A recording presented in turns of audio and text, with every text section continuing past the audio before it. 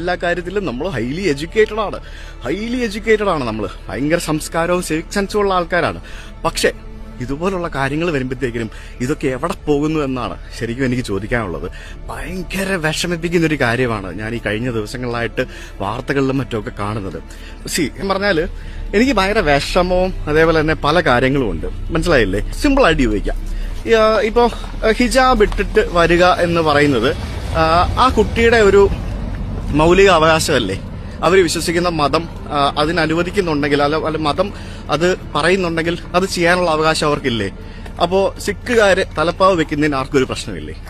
സിഖ് കുട്ടികൾ സ്കൂൾ മുതൽ അവർ തലപ്പാവ് വെച്ച് നടക്കുമല്ലോ, അതിനാർക്കും ഒരു പ്രശ്നമില്ല.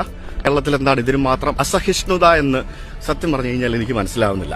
എന്താണ് ഇതിനകത്തെ പ്രശ്നം? ഒരു കുട്ടി ആ കുട്ടിയുടെ വിശ്വാസപ്രകാരമുള്ള ഒരു ഹിജാബ്, ആ കുട്ടി യൂണിഫോം ധരിക്കുന്നുണ്ട്, ആ യൂണിഫോമിന് എക്സ്ട്രാ ആയിട്ട് ഹിജാബ് ധരിച്ചു വരുന്നു. അത് അവരുടെ വിശ്വാസമല്ലേ? നമ്മളെ ഈ വീഡിയോയിൽ കണ്ട സ്കൂൾ മാനേജ്മെന്റ് അവരവരുടെ വിശ്വാസപ്രകാരമുള്ള വസ്ത്രമല്ലേ അവർ ധരിച്ചിരിക്കുന്നത്, അല്ലേ?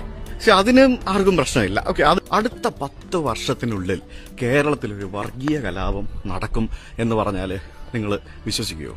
എനിക്ക് വലിയൊരു സാധ്യത ഞാൻ മുന്നിൽ കാണുന്നുണ്ട്. ഈ പോക്ക് പോവുകയാണെങ്കിൽ അടുത്ത 10 വർഷത്തിനുള്ളിൽ കേരളത്തിൽ ഒരു വലിയ വർഗീയ കലാപം നടക്കാൻ സാധ്യതയുണ്ട്.